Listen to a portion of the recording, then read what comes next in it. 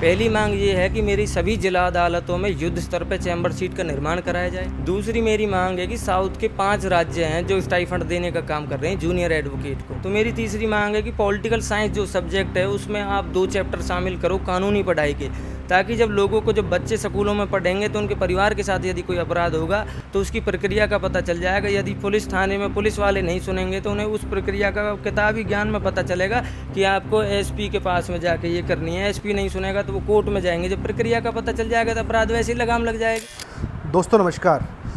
एक हम ऐसे मुद्दे को लेकर आपसे रूबरू हुए हैं। आपने देखा होगा जिला अदालत में जब भी आप वकीलों के पास जाते हैं ना उनके पास बैठने की सुविधा होती है।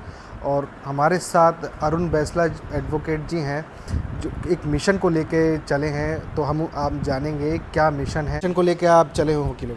जी, अभी माननीय सर्वोच्च न्यायालय ने एक फ़ैसला दिया कि अब आपको जज बनने के लिए जो हमारी परीक्षा होती थी जजों की, उसकी नीति में बदलाव करके डिग्री के अलावा और 3 साल की प्रैक्टिस मैंडेटरी कर दी है। तो हम इस फैसले का स्वागत करते हैं। लेकिन यदि अब हम बात करें व्यवस्थाओं की, तो व्यवस्थाएं जैसे हरियाणा का मैं आपको बताऊं कि हरियाणा की आबादी 3 करोड़ है। 3 करोड़ आबादी पे आपके 477 टोटल जज हैं, जिनमें से 100 जज आपके रोज़ाना छुट्टी पे होते हैं और 70,000 आपके एडवोकेट हैं, जिनके बैठने के लिए 22 जिलों में और लोअर कोर्ट में सभी की बता रहा हूँ मैं आपको, उनमें बैठने के लिए टीन शेड की और पक्के चैम्बरों को मिला के 15,000 सीट नहीं है। अब ये जो फैसला दे दिया माननीय सर्वोच्च न्यायालय ने, इसका हम स्वागत करते हुए हम सरकार से गुजारिश कर रहे हैं कि यदि बच्चे को सीखने के लिए आपने किया है तो बच्चा सीखेगा तो तभी जब वहाँ पे जाकर उसे जगह मिलेगी।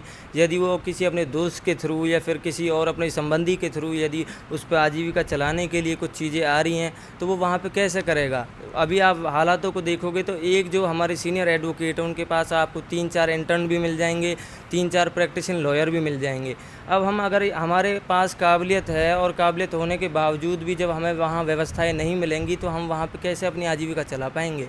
तो जो भारत की न्यायपालिका है, न्यायपालिका के जो पेंडेंसी है वो आपके 5 करोड़ 30 लाख केस हैं। एक केस में आपके 2 परिवार होते, चाहे सिविल केस है क्रिमिनल केस है, तो एक केस में आपके दोनों परिवारों को 10 सदस्य हो गए। तो आप 5 करोड़ 30 लाख को 10 से गुना करोगे तो 53 करोड़ आबादी ये बन रही है। और जैसा कि हमें पता है कि भारत की जो जनगणना होती है उस जनगणना में 10 साल में 22 करोड़ बच्चे पैदा होते हैं, जिनकी आयु आपके 1 महीने के बच्चे से लेकर आपके 8 साल तक के बच्चे की होती है, जिसे ना सरकार का पता होता है, ना अच्छे का पता होता है, ना बुरे का पता होता है, ना समाज का पता होता है। तो मैं सरकार के पास जा रहा हूँ, सरकार के जो जनप्रतिनिधि है, और इसमें मैं जितने भी पास गया हूँ वकीलों का इसमें समर्थन है। मैंने 12 बार एसोसिएशन है जो आपकी हरियाणा की, उनसे समर्थन लिया है। दिल्ली की 7 जो जिला अदालत है उनसे मैंने समर्थन लिया और सभी का इसमें मुझे पुरजोर तरीके से मजबूत तरीके से समर्थन मिल रहा है। और मैंने सरकार के जो जनप्रतिनिधि है, जो विधायक हैं, मंत्री है, सांसद है, उनसे मैं दरख्वास्त कर रहा हूँ कि आप इस चीज़ का समाधान करिए, लेकिन वो लोग सुनवाई नहीं कर रहे हैं। तो मैं आपकी न्यूज़ संस्था के माध्यम से बता देना चाहता हूं कि मैं इस लड़ाई को बहुत मजबूती के साथ लड़ने का काम कर रहा हूं। इसमें सभी जो मेरे छोटे हैं, मेरे जो बड़े सीनियर अधिवक्ता हैं, सभी का साथ है, मेरी गांव बस्ती का सभी, मेरे क्षेत्र का सभी का साथ है। और मैं इस लड़ाई को, यदि इसका समाधान कोई नहीं निकालता है तो मैं इस लड़ाई को जंतर मंतर तक भी लेके जाने का काम करूँगा। क्योंकि यदि साथियों इसमें 2 साल तक अगर मैं इसमें जीत जाता हूँ, इस मुद्दे में, इस संघर्ष में, तो भी कंस्ट्रक्शन होने में 3 से 4 साल का वक्त लग जाएगा, तब तक बहुत देर हो जाएगी। क्योंकि हरियाणा में आपके 52 संस्थान हैं जो लॉ कराते हैं। एक संस्थान से 2 प्रोग्राम होते हैं, एक 5 साल वाली लो, एक 3 साल वाली लो।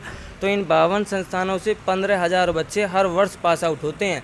अब जो 25 में पास आउट होगा वो 28 तक कहीं जाने का नहीं रहा, वो सीखने के लिए आपकी जिला अदालतों में आएगा। लेकिन जिला अदालतों में जब व्यवस्थाएं ना होंगी तो उनकी जो काबिलियत और योग्यता होगी वो उस योग्यता को गलत दिशा में लगाने का काम करेंगे, जिससे अपराध और बढ़ेगा। इसी के साथ अब मेरी 3 मांगें हैं। पहली मांग ये है कि मेरी सभी जिला अदालतों में युद्ध स्तर पर चैम्बर सीट का निर्माण कराया जाए। दूसरी मेरी मांग है कि साउथ के 5 राज्य हैं जो स्टाइफंड देने का काम कर रहे हैं जूनियर एडवोकेट को, ताकि अब जैसे माँ बाप 5-6 साल में उसे ग्रेजुएशन कराता है तो माँ बाप पे भी जोर नहीं पड़ेगा, उसे अगर सहायक राशि उसे मिलेगी। तीसरी हमारी मांग है कि सरकार चाहे किसी की भी हो तो वो पंपलेट होल्डिंग और जो आपके जागरूक अभियान के तौर पर करोड़ों रुपयों का बजट निकालती है, लेकिन उसका धरातल पे कोई भी प्रभाव नहीं होता। तो मेरी तीसरी मांग है कि पॉलिटिकल साइंस जो सब्जेक्ट है उसमें आप 2 चैप्टर शामिल करो कानूनी पढ़ाई के, ताकि जब लोगों को, जब बच्चे स्कूलों में पढ़ेंगे तो उनके परिवार के साथ यदि कोई अपराध होगा तो उसकी प्रक्रिया का पता चल जाएगा। यदि पुलिस थाने में पुलिस वाले नहीं सुनेंगे तो उन्हें उस प्रक्रिया का किताबी ज्ञान में पता चलेगा कि आपको एसपी के पास में जाके ये करनी है। एसपी नहीं सुनेगा तो वो कोर्ट में जाएंगे। जब प्रक्रिया का पता चल जाएगा तो अपराध वैसे ही लगाम लग जाएगी। तो मेरी तीसरी मांग यही है कि इसमें जनता का कल्याण भी होगा और उस ज्ञान को पढ़ाने के लिए सरकारी स्कूलों में सरकारी वैकेंसियाँ निकलेंगी और प्राइवेट स्कूलों में भी जो बच्चे इकट्ठे हो जाएंगे, 15,000 बच्चे मैंने यहाँ पे बताए कि एक साल में पास आउट होते हैं, उन बच्चों को भी कहीं ना कहीं उनकी काबिलियत के आधार पर रोज़गार मिलेगा। तो ये जो मेरी तीनों मांगे हैं साथियों, ये सभी जन कल्याण से जुड़ी हुई हैं।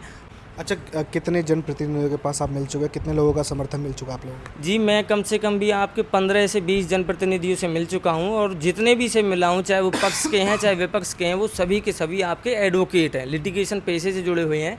कई बार आप देखते हो कि जो ये बातें हैं ये समझ में आम आदमी की नहीं आती, क्योंकि ये लिटिगेशन पेशे से जुड़ी हुई है। तो मैं अभी आपके यहाँ पलवल से यदि हम बात करें तो मैं माननीय जो हमारे मंत्री जी हैं, विधायक हैं, उनके घर में मैं 2 दिन गया। उनके भैया जी से मैंने कहा कि जी आप मुझे मिलवाइए, ये मेरे अकेले का मसला नहीं है। तो मैं 2 दिन उनके घर भटका, उन्होंने भी इस चीज़ को नज़रअंदाज किया। हमारे पलवल से जो पूर्व विधायक है करण सिंह दलाल, उनसे मैंने मुलाकात करी, उन्होंने बहुत अच्छा समर्थन दिया, पॉजिटिव रिस्पॉन्स दिया। हमारे जो दीपक मंगला जी हैं उनसे भी मैं मिला और आपके फरीदाबाद से हैं जो महेंद्र सिंह प्रताप जी है, विजय प्रताप जी है, राकेश टिकैत जी है, दीपेंद्र हुड्डा जी हैं, भूपेंद्र हुड्डा जी हैं और आपके आम आदमी पार्टी से संजय सिंह है, स्वाति मालीवाल है, भरतपुर से संजना जाटव है और कर्नाटक से राज्यसभा सांसद अजय सिंह माकन है। ऐसे में कई जनप्रतिनिधियों से मिला हूँ तो उन्होंने बहुत अच्छा रिस्पॉन्स दिया है। लेकिन यदि आप बात करें तो जब मैं बीजेपी के प्रतिनिधियों के पास गया तो उन्होंने मुझसे कहा कि यदि तू इस काम को करेगा तो तुझे डिप्रेशन में आ जाएगा, तुझे कोई चटका देगा। तो मैं जनता से भी बता देना चाहता हूं कि मैं तो बहुत कमज़ोर घर से हूं, मैं तो इस चीज़ को संभव करके ही मानूंगा। और आप लोग भी जागिए और किसी भी चीज़ से प्रेशर लेना, दबना कहीं भी अच्छी नहीं होती।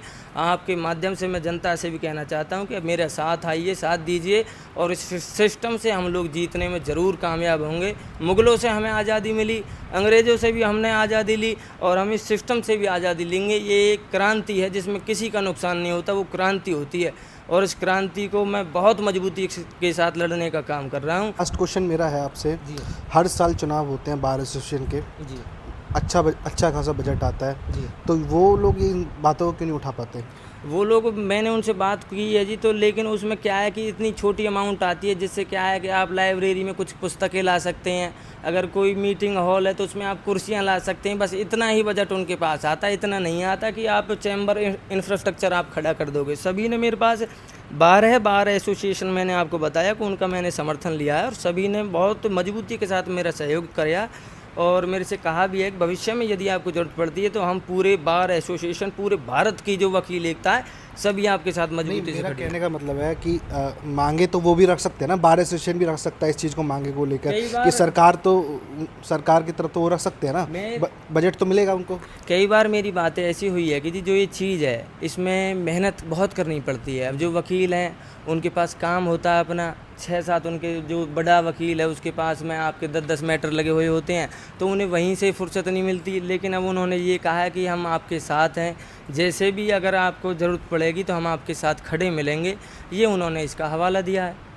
आपको लगता है उनका समर्थन मिलेगा? जी बिल्कुल मिला है, लिख के दिया, मुझे मोहर मार के दे रखी है उन्होंने। आप कह रहे हैं कि उन पे समय नहीं है, उनके पास मैटर्स ज़्यादा होते हैं। उनके पास ये समय नहीं है कि वो हर एक जनप्रतिनिधि के साथ अपना काम छोड़ के मेरे साथ जाएं। जो जिम्मेदारी मेरे अकेले की उसे मैं निभाने का काम कर रहा हूं। जहां पे ज़रूरत होगी उस एकता की, जन समर्थन की, वहां पे वो खड़े पाएंगे। ये मैं आपको पूरा आश्वासन के साथ कहना चाहता हूं। सबसे मेरी फ़ोन पे बात होती, ग्रुप बना रखे हैं मैंने, सारी चीज़ें उनको भी मैं शेयर करता हूँ और वो मुझे बहुत अप्रिशिएट करते हैं। तो ऐसी कोई बात नहीं है कि वो समर्थन नहीं देंगे। वकीलों का तो इतिहास रहा है, देश को आज़ाद कराया वकीलों ने, तो इस सिस्टम से भी हम आज़ादी लेंगे, ज़रूर लेकर रहेंगे। अच्छा, लास्ट अपील लोगों से और जनप्रतिनिधियों से क्या रहेगी?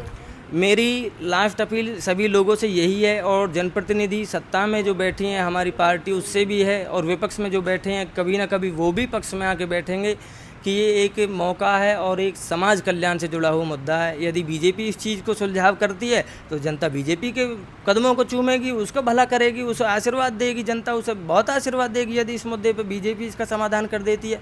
मैं इसमें कोई राजनीतिक लड़ाई ये नहीं है, मैंने पक्ष में भी गया हूँ और मैं जिस भी प्रतिनिधि के पास गया हूँ वो एडवोकेट है, कहीं ना कहीं लॉ से जुड़ा हुआ है। मैं इसी उद्देश्य से उनके पास गया हूँ कि उनकी ये बातें समझ में आएंगी और कहीं ना कहीं इसको सुलझाने का काम किया जाएगा। तो सभी ने मुझे बहुत सपोर्ट किया है और आगे के लिए मुझे अपने संपर्क सूत्र सभी ने दिए हैं कि यदि आपको ज़रूरत पड़ेगी तो आप आधी रात को भी हमें बुलाने का काम करना, हम आपके पास हाजिर होने का काम करेंगे। ठीक है, बहुत बहुत धन्यवाद हमसे आपका बात करने बहुत बहुत धन्यवाद भाई संजीव का, बहुत बहुत धन्यवाद। भाई संजीव ने मेरी बात को बहुत सीरियसली से लिया और इस बात को जनता के समक्ष लाने का काम कर रहे हैं, अपनी जिम्मेदारी निभा रहे हैं। और जनता से कहूँगा कि भाई को बहुत सहयोग करो, भाई बहुत नेक दिल इंसान है, बहुत निष्पक्ष तरीके से अपनी बात को रखते हैं। बहुत बहुत धन्यवाद। तो ये थे हमारे साथ अरुण बैसला, एडवोकेट अरुण बैसला जी, जो इन्होंने बताया कि वकीलों के चैम्बर को लेकर अपने मुद्दे उठा रहे हैं। इनका मुद्दा अच्छा लगे तो हम आपको एक संपर्क सूत्र अरुण बैसला जी का देंगे, आप इन नंबर से संपर्क करिए, इनका सपोर्ट कीजिए। ऐसे ही खबरों को देखते रहिए सतमार्ग न्यूज़। नमस्कार।